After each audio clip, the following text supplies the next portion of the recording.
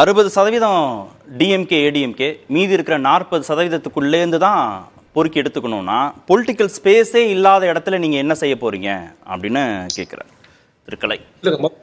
வந்து அந்த தப்பு சொல்றேன். ஏன்னா முடிந்த நாடாளுமன்றத்தில் திமுக வாங்கினது 26%, அதிமுக வாங்கினது 21%, ரெண்டை கூட்டிங்கன்னா 47%. இன்னைக்கு தமிழ்நாட்டுல திராவிடம் என்பது சிறுபான்மையாக மாறும். திராவிடம் is not anymore major, it's minor, அப்படிதான் நாங்க பார்க்கிறோம். மிச்சம் இருக்கிற 53%, இதுல கூட்டணி கட்சிகள்லாம் வருவாங்க, மற்றவர்கள்லாம் வருவாங்க, அதெல்லாம் இருக்கு. இதை தாண்டி இந்த வாட்டி வாக்கு சதவீதம் என்பது ஒரு 69% தான் இருக்கு. அதற்கு மிக முக்கியமான காரணமாக நாங்கள் பார்ப்பது, மக்களை கவர்ந்து இழுக்கக்கூடிய வாக்குச்சாவடிக்கு அழைத்து வரக்கூடிய தலைவர்கள் யாரும் இல்லை அப்படிங்கிறதா ஒரு முக்கியமான விஷயமா நான் பார்க்கிறேன். அந்த விஷயத்தை நாங்கள் செய்வோம் என்பது ஒரு சினிமா கவர்ச்சி என்பது மட்டுமல்ல, அதை தாண்டி நாங்கள் என்ன செய்ய போகிறோம். அந்த பிம்பம் வந்து விஜய்க்கே இல்லைன்றாரு திருக்கலை.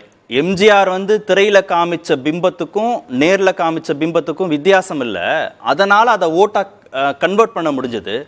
விஜய்க்கே இல்லாத போது நீங்க எப்படி அங்க ஒவ்வொரு தொகுதியில 234 தொகுதிகளை நீங்க எப்படி வந்து தலைவர்களை உருவாக்க முடியும்?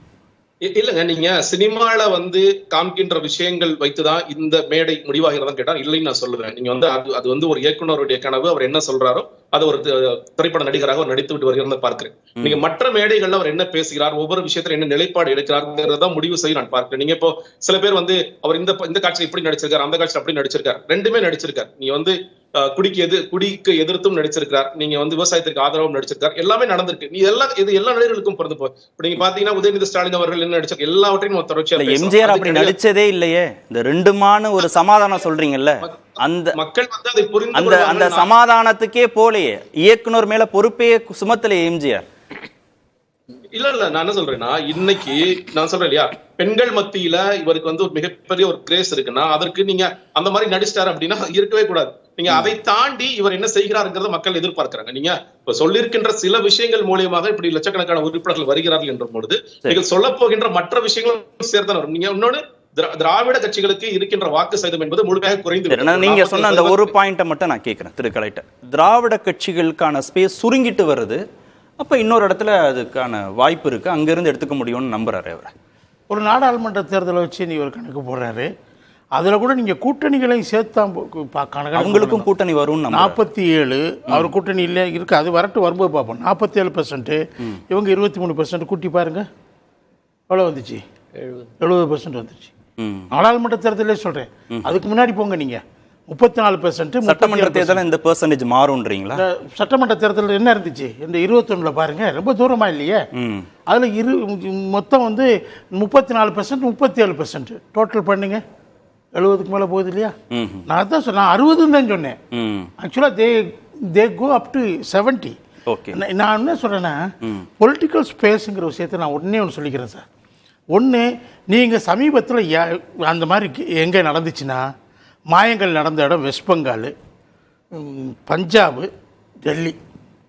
வெஸ்ட் பெங்காலில் மம்தாவுடைய அராஜகத்தை தாங்க முடியாமல் கம்யூனிஸ்டுகளும் காங்கிரஸும் தங்களுடைய எதிர்கட்சிங்கிற ஸ்பேஸை வெக்கேட் பண்ணிட்டாங்க. அந்த இடத்துல சௌகரியமாக போய் பாஜக உட்காந்துக்குச்சு. ஓகே, அதே மாதிரி நீங்கள் டெல்லியில் அந்த 2014 நடந்த அந்த மூமெண்ட்னுடைய எதிரொலியா, ஊழலுக்கு எதிரான மூமெண்ட்டுக்கு எதிராக காங்கிரஸ் அங்கே வெக்கேட் ஆயிடுச்சு. அங்கே போய் கெஜ்ரிவால் உட்காந்து அப்படி பாஜக வந்து 1% கூட அவரால் வாங்க முடியல. ஓகே, அதே மாதிரி நீங்க இதுல பெங்கால்லையும் சரி பஞ்சாப்லயே தான் நடந்துச்சு. ஓகே ஓகே, நீங்க அந்த அதான் நான் சொல்றேன், அந்த தன்மை தமிழ்நாட்டில் இல்லைன்றீங்க. தமிழ்நாட்டில் எங்கே ஸ்பேஸ் இருக்குது? Okay okay. திரு மணி, இறுதியா உதயநிதி வெர்சஸ் அண்ணாமலை வெர்சஸ் சீமான் வெர்சஸ் விஜய், இதுதான் அடுத்த வரக்கூடிய தமிழ்நாட்டு அரசியல் களமா? இதுதான் யதார்த்தமா? அப்படி போகக்கூடாது. அப்படி போச்சுன்னா அது ஆபத்து. தனி மனிதர்களை மையகமாக வச்சு அந்த மாதிரி போச்சுன்னா அது ரொம்ப ரொம்ப ஆபத்தானதாக தான் முடியும். நீங்கள் பாலிசிஸை பேசுங்க. நீங்கள் திரும்ப திரும்ப தனி மனிதர்களை தலைவர்கள் வேணும்னு சொல்றது வந்து அபத்தமாக இருக்குது. அரசியல், நல்ல அரசியல் வேணும்னு சொல்லுங்க, நல்ல தலைவர்கள் வேணும்ன்றது வந்து வாக்குச்சாவடிகளுக்கு வாக்காளர்களை கொண்டு வரக்கூடிய ஆளுமைன்றது வந்து சித்தாந்தத்தின் அடிப்படையில், கொள்கைகளின் அடிப்படையில் வருது. எல்லாரும் வந்து எம்ஜிஆரை பற்றி பேசினாங்க. எம்ஜிஆர் வந்து திராவிட இயக்கம்ன்ற அந்த மூமெண்ட்டோட அதோட வார்ப்பு அவர். அந்த சைல்ட் ஆஃப் தட் மூமெண்ட். அந்த மாதிரி மூமெண்ட் யாருக்குமே இல்லாதால தான் எம்ஜிஆரை பார்த்து நிறைய பேர் சூடு போட்டுக்கிட்டாங்க. இன்னொரு எம்ஜிஆர் வர முடியாது. ஏன்னா எம்ஜிஆர் சினிமா ஆளுமையால மட்டும் வரல, அவர் வந்து அந்த திராவிட இயக்கம், அந்த அந்த சமூக நீதி போராட்டம், அது வந்து வெற்றிக்கு முன்னாலையும் பின்னாலையும் அவருடைய பங்களிப்பு. ஏன் 67 திமுக வெற்றிக்கு எம்ஜிஆரோட பங்களிப்பு ரொம்ப பெரிய முக்கியம். அது வந்து ரெண்டு ஒன்று சார்ந்து இருந்தது. அந்த மாதிரி ஒரு மூமெண்ட்டோட பேக்ரவுண்டு யாருக்குமே இல்லாததால தான் எந்த நடிகராலையும் வெற்றி பெற முடியல. விஜய்லாம் வந்து உங்களுக்கு ரொம்ப டஃப் ஃபைட் காத்திருக்குது. விஜய்க்கு மிகப்பெரிய அளவில் சவால் காத்திருக்குது. அவ்வளவு சீக்கிரமா டேக் ஆஃப்லாம் ஆகாது. 26 எலெக்ஷனை ஃபேஸ் பண்றதுலாம் நான் சொன்ன மாதிரி நான் மறுபடியும் சொல்றேன், இந்த பயணத்துக்கு இல்ல மைண்ட் பாக்லிங் மணி இன்வால்வ்டு, ஞாபகம் வச்சுக்கோங்க. அதை பேசாம இந்த அரசியல பேச முடியாது. ஒரு எலெக்ஷன்ல வந்து இப்ப எம்பி எலெக்ஷன்ல 40 50 கோடி செலவு பண்ணிருக்காங்க. இல்லன்னு சொல்லுங்க யாரையாவது. அப்ப அசம்பிளிக்கு இன்னும் 2 வருஷத்துல உங்களுக்கு இன்ஃபிளேஷன் எவ்வளவு ஆகும், எவ்வளவு சில ஆயிரம் கோடிகளை செலவு பண்ணாதான் ஒரு கட்சியால் ஆட்சிக்கு வர முடியும், ஃபைட்டும் பண்ண முடியும். இப்ப அது இருந்தாலும் உங்களால எடுக்க முடியுமா? அப்படியே எடுத்தாலும் உங்களால வந்து லாஸ்ட் மைல் கனெக்டிவிட்டி, இதெல்லாம் ரொம்ப அவலமான விஷயம் பேசுறதுக்கு.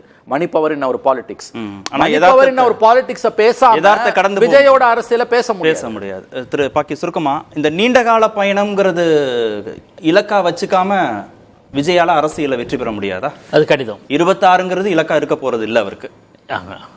26 அவர் சொல்றாரே தவிர இப்ப ஒரு சில நெகட்டிவ் சொல்லி ஆகணும். உங்களுக்கு என்ன கொள்கை, என்ன ஸ்டாண்டு, என்ன பாலிசி, என்ன தொலைநோக்கு. நான் லைக் மைண்டட்னு சொன்னது காரணம், சில விஷயங்கள்ல சீமான் விஜயை பல காரணங்களை விட்டு பாராட்ட. ஏன்னா இன்னைக்கு வரை விஜயனோட ஸ்டாண்ட் என்ன? ஒரு விஷயத்த ஒத்துக்கிற மணி சொன்ன மாதிரி சீமானுக்குன்னு ஒரு ஐடியாலஜி, கிளியர் ஸ்டாண்ட் இருக்கு. அது இல்லை. அதையும் பொறுத்திருந்து பார்த்து தான் ஜூலைல தான் சொல்றேன். முடிவெடுக்க. நன்றி.